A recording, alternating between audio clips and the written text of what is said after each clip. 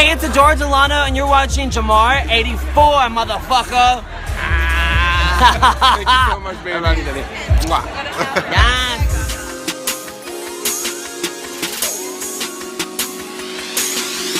What's going on YouTube? Jamar, What's going on YouTube? Washington. This is Jamar 84 here once again.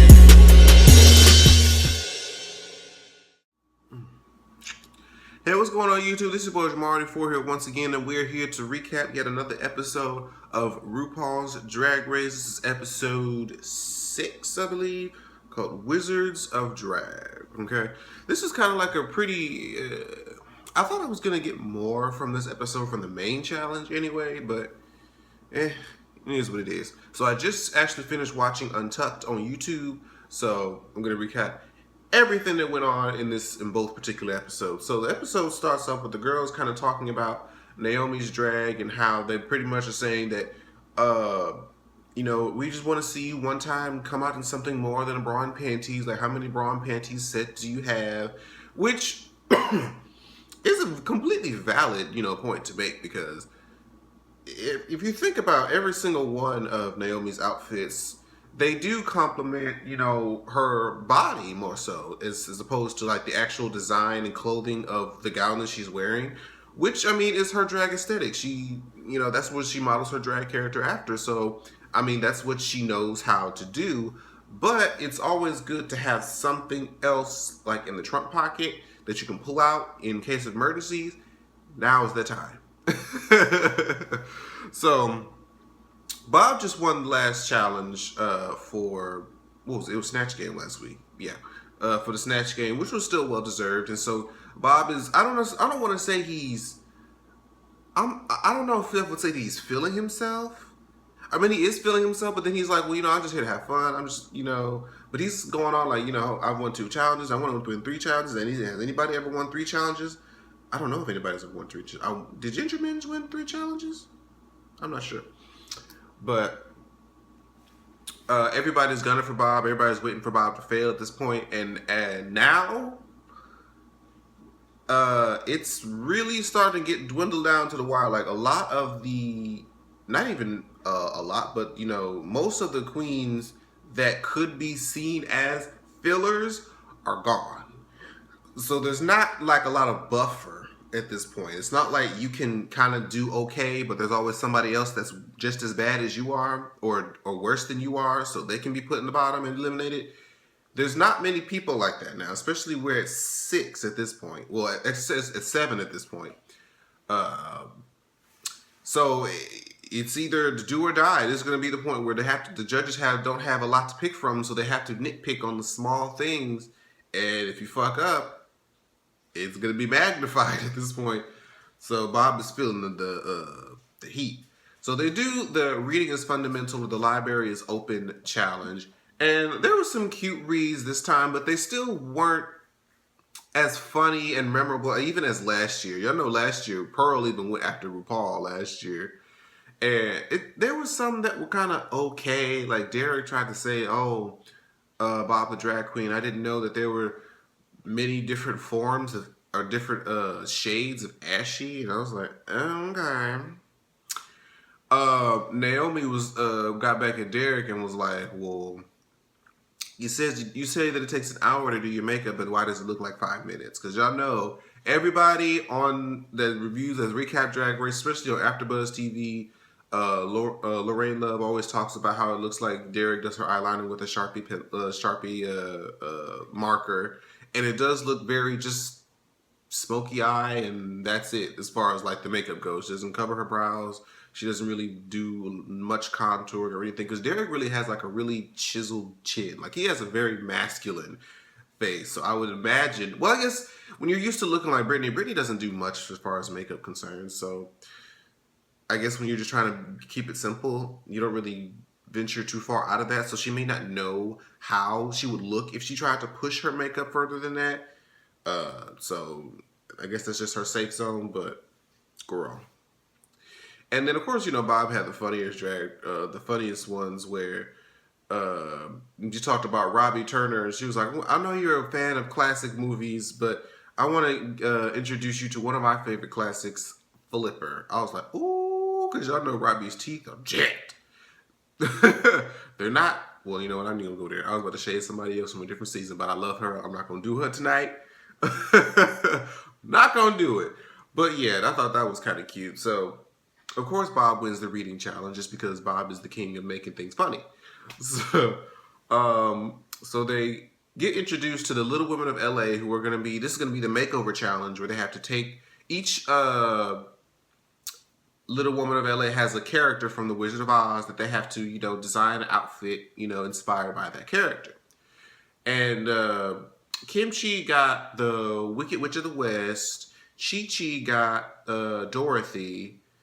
Robbie Turner got the Cowardly Lion. Derek Barry got the Tin Man. Thor got, what is that, Citizen of the City? I'm not sure what that was.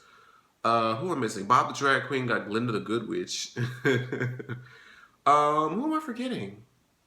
Oh, and Naomi Smalls got the Scarecrow.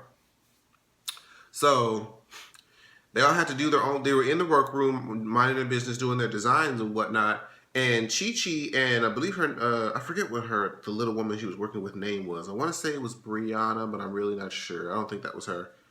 But she was kind of telling her how she feels like, you know, the broke queen and how she doesn't have as much resources as she says the other queens have. And the Little Woman of LA, she was like, you know, don't think like that because, you know, you shouldn't let, you know, those kind of thoughts hold you back. Like, if you feel like you're not good enough, then you're not good enough. But if you, you know, feel like, yes, I'm good enough to be here, that's why I'm here, then your whole change of attitude can make a difference. And I believe that was, you know, a positive message that she was sending. It's just that it kind of feels like I'm Dorothy, because Dorothy had everything she needed to get where she wanted to go the whole time and didn't even know it.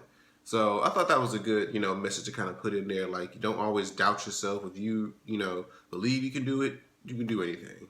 So I thought that was nice. So after they're, you know, working on their, you know, challenge or whatnot, we get to RuPaul. He comes back and says, oh, by the way, I want you to also come up with a interpretive dance sequence. And everybody, all the queens and even us in the audience are like, huh? What does that even, what does that even mean? Like, she doesn't say give an interpretive dance to a specific song that would make, you know, us kind of get a vision as to what she was talking about. She just kind of said do an interpretive dance sequence to whatever. I'm like, what? So you see everybody kind of awkwardly putting together some sort of choreography, and Naomi's looking at her queen like, I don't know what the hell to do. Do you know what the hell to do? Because I don't know what the hell to do. And what the fuck? So I heard a dog or some shit. Oh no, don't you start. Damn it. And the talk amongst the workroom is, you know, the queens ask them about their life as, you know, being little people, and they talk about how the word midget or the name midget is actually considered very offensive because it's not like you're even calling. I think the word midget is supposed to mean like just something that's small, and they're not even being considered a person. So I believe the technical term, correct me if I'm wrong, is that they like to be called little people, and of course, no, not midget. So I don't think there's any other term that people call them other than. I don't believe there is. So I believe the politically correct term is little people. And they said that how it's, you know, they enjoy being around gay people because gay people kind of know what it's like to be ostracized and judged off of something that they have no control over, and that's something that makes them, you know, unique. So it's kind of like a you know, adopting, you know, the similar connections. Shout out to A Connection TV. But yeah, that was nice. I could definitely compete with that. Well, not compete with that, but understand that. So they get out onto this runway, and again, RuPaul, I didn't care much for the style of dress that she had last week. I liked that it was sparkly and that it was sequin and whatnot, but something about it just seemed like something was missing. And this week, it's okay. It wasn't as bad. I like this one better than last week, but for some reason, there just haven't been like as interesting. I like that pantsuit she did. I forget what episode that was. I think that was episode 4 when they did like the 3 different groups and they had to do the live singing on stage. I think I like that one when she was like in the all blue and the pants. That one was cute. But the last couple ones have just been kind of meh. The wig was nice though. I did like that lace though. That shit was snatched. I like that. But the whole dress was just kind of meh. So they did the runway, and the ones that I liked the best, I liked Kim Chi's, and this is the one that we saw actually in the trailer, if you remember, where she was coming down. She started off with the homegirl in front of her, and then she put her down. It kind of looked like she was a tall witch, so that was kind of cute. Thorgy's was nice. Derek Barry's tin thing she had going on, it was basic. I think like she had an idea, but she just didn't have like the resources and know how to maybe execute what she was imagining. That's what it looked like. And they had read her about, just putting some kind of fabric over a bra, well, not really a bra and panties, but like a jumpsuit, and then just throwing it on the runway and calling it an outfit. So she tried to get creative. It didn't necessarily work in her favor. But what I can say is that she hasn't been giving on the runway Brittany for the past couple of episodes. She's kind of been giving you, I guess, a Derek Barry. So I commend her for that much. Bob the drag queen. Bob was frantically running around the last 15 minutes of the episode because she had got her, her partner made up. But he wasn't made up, and I think they only had like 15 minutes left. So I'm like, I don't know how he's gonna put on a full drag from head to toe in 15 minutes. But the bitch pulled it out, or at least what she could in the time she had, and so I commend her for that. It didn't really look all that bad considering the time that she had,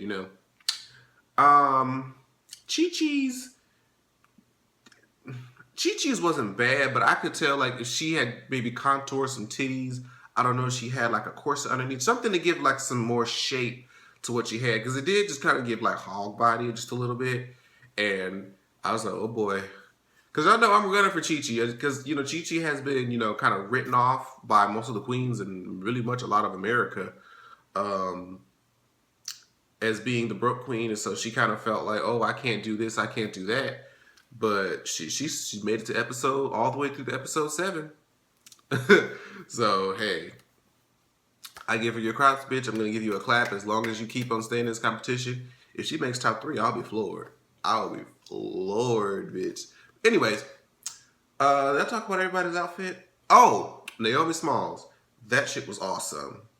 The wig from head to toe, everything, like the little cloth was made like into a nice little spinny hoops, not really hoop skirt, but a little skirt. She had like the straw leg warmers and shit. It was really, really creative and nice. She even had like the little straw, excuse me, stitches in the mouth. Really, really nice. I noticed all those little details. I noticed them all. I don't think I missed anybody. Well, Robbie, baby. I believe she was having issues with the sewing machine earlier in the workroom, but girl. Girl. That wasn't it, baby. She had a wig here. She was trying to give like Kimchi in the first challenge with the wig thing on the shoulders, but it just wasn't executed as well. Oh, baby. Oh, baby. But they asked, who do they believe should go home? And this is like a question that they usually ask somewhere around this time when there's only a few of them left. And, well, primarily most people said Derek. Like I believe the first 3 said Derek, and then the rest tried to say Chi-Chi because they felt like because she finished faster that she doesn't deserve to be here. She should have spent more time working on the detail of her outfit. And I mean, honestly, like, well, they get to it more so in Untucked. It's like she had a vision. She knew what she could do and what she felt she was best at doing, what she could feel would be her best. And she did it. It's just like, I'm not going to sit here and imagine this grand thing and try to execute this grand thing when I know I've never been able to pull that off before or have even really tried to attempt it. And now isn't necessarily the time to try to go too far out of your abilities just because you don't have a lot of time to fix it if it fucks up. So I can't really knock her for having that particular mindset. She said, I'm going to give the best of what I know I can do and let it get me through. And I don't think anybody else had anybody else other than Derek and Chi-Chi. No. So that's when I thought they were going to be the ones at the bottom too. I was like, oh Lord, Chi-Chi. Well, I think Chi-Chi could take Derek out, honestly, in a lip sync. Or that would be a damn close lip sync to watch. Let's see, where are we at? And when we come back, it's the bottom three are Derek, Chi-Chi, and Robbie Turner. And I was just like, okay. I really don't believe that he's gonna get rid of Robbie Turner or put her in the bottom just yet. But I thought for sure it was gonna be Chi-Chi and Derek, but no, it was Derek and Robbie. And I was like, oh, congratulations to Chi-Chi again. And honestly, at this point, I was kind of like, I kind of want Derek or Robbie to go home. And then when they were both in the bottom two, I'm like, I can't lose. I can't lose at this point. So shit, whichever one goes or stays, it doesn't matter to me. As long as one of them goes. And the lip sync went on to Love It by the Icona Pop, which is a really, really popular song for a shoe commercial, I believe, about a year ago or a couple years back. And I always did love that song. But yeah, Miss Derek turned it. And she, spinning, giving her whole Britney isms. And Robbie, where you fucked up, Robbie, I believe, is where your wig flew off and you just threw it up in the air. And if y'all remember, there hasn't been a time in Drag Race history that I think of where somebody's wig flew off and they won the lip sync. Unless both people's wig came off, or unless they were just so significantly better than the other person and their wig came off and they won. But Naysha Lopez's wig came off. That didn't work. If I remember from season 6, Laganja took her wig off. Didn't work out for her in that lip sync. So, I just feel like, I guess if it comes off, you can't really help that if you're just in the moment and it just flies off. But I just think that's like a bitch. You better pin that shit down, because every time that happens, Ruby looking at you like, So it don't work out. And ultimately, Robbie Turner was the one sent home. Boo-hoo. Derek, you're next, bitch. So then we get to Untucked, and they kind of expand more so on Chi-Chi's outfits and how they feel like she's this and she could have done more. And they were trying to say, well, your entrance look with the trash bag was such intricately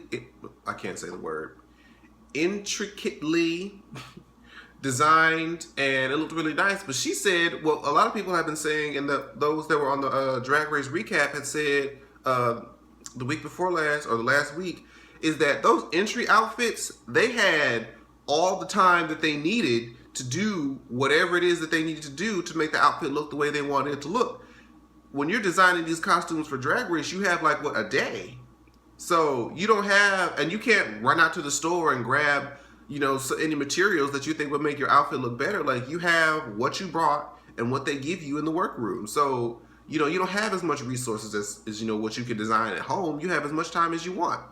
And that's what she said. Like, I had time to do that. I only had a day or a few hours to do this, so it's, not the same. And then Derek was trying to go on and on, and she was trying to say, I had to pick somebody, and Derek, I picked you. And she was like, oh, well, my outfit was hemmed here, hemmed there, everything I sewed. And Bob was like, well, girl, granted, you may have hemmed it, but the hems look like shit. It's like, oh, I designed this home, but if all you designed isn't a effective home, then what good is it? Like, if you design something that's bad, what good is it to say that you designed it? If it's not good, what good does it do you? So, and she was trying to go in her confessionals and Untucked, trying to talk about, oh, all these girls know that I'm competition, and Bob knows I'm competition. Even though Naomi's pretty, she knows I'm competition, and Chi-Chi's I'm competition. I'm like, Derek, there hasn't been a single challenge to where you were really given positive critiques. You've just been either critiqued like minimally, or you were just kind of safe and kind of glided by. You haven't won a single challenge. Okay. The people that you talked about, Bob, Naomi, and Chi-Chi, each have won a challenge. So, even you did Snatch Game and Britney, and that's your forte, bitch, and you didn't win that challenge. Bob won that challenge. And during the Bitch Perfect, Chi-Chi won that challenge, and Naomi won this challenge. So, I'm not sure what competition you think they are for you. It seems like they're in competition with each other, not so much you. So I'm just saying. But the Little Women came out. They were talking amongst each other and talked about each other's outfits and whatnot. And the girl was trying to give Robbie some encouragement, but Robbie already knew what the deal was. And Robbie was sent home. So at this point, we don't have any more clues we can get from the trailer, because if you notice that a lot of the outfits or a few of the moments that were seen in the trailer were seen in this episode. So now we don't know what's going to happen. At this point, we have no more clues. Unless you're just a Reddit stalker, we have nothing. So this is where shit gets real. There's only, I guess, really 3 more episodes left of the season until we get to the top 3. So here we go. I'm excited. I hope you guys are continuing to be excited as I am. If this is the first time that you're watching me, I hope you subscribe. And leave me your comments what you thought about the episode and what you think is going to be happening later on as the season goes on. And I'll see you guys in the next video. Bye-bye. Like, share, subscribe. Washington.